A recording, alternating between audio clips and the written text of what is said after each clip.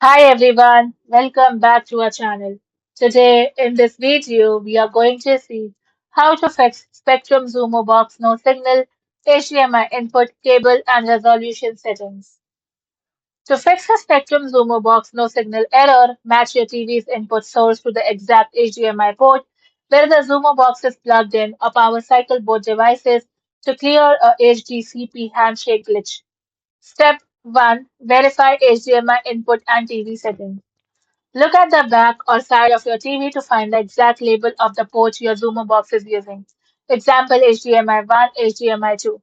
Then grab your original TV remote, not the Zoomer remote, and press the source or input button.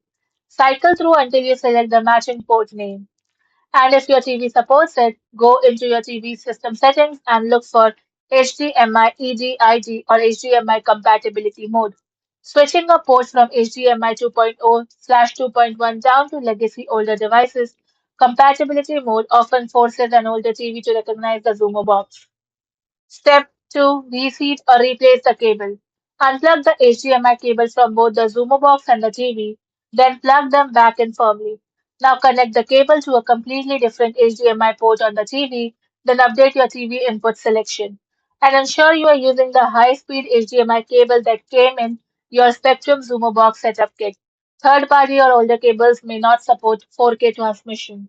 Step 3. Fix display resolution handshake glitches. If you connected your Xumo box to a 4K TV, it defaults to a 2160p resolution. If you then move the box to a standard 1080p HD TV, the screen will display no signal because the TV cannot display that high of a resolution.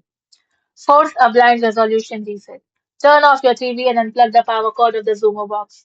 Now wait 30 seconds, then plug the Xumo box back into power. Turn the TV on Sumo auto detects changes during its boot sequence and will typically reset your resolution back to the default settings.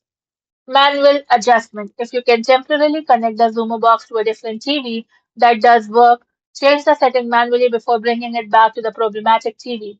Navigate to settings, then go to setup, then go to audio visual or picture and sound, and change the aspect ratio/resolution to 1080p or auto.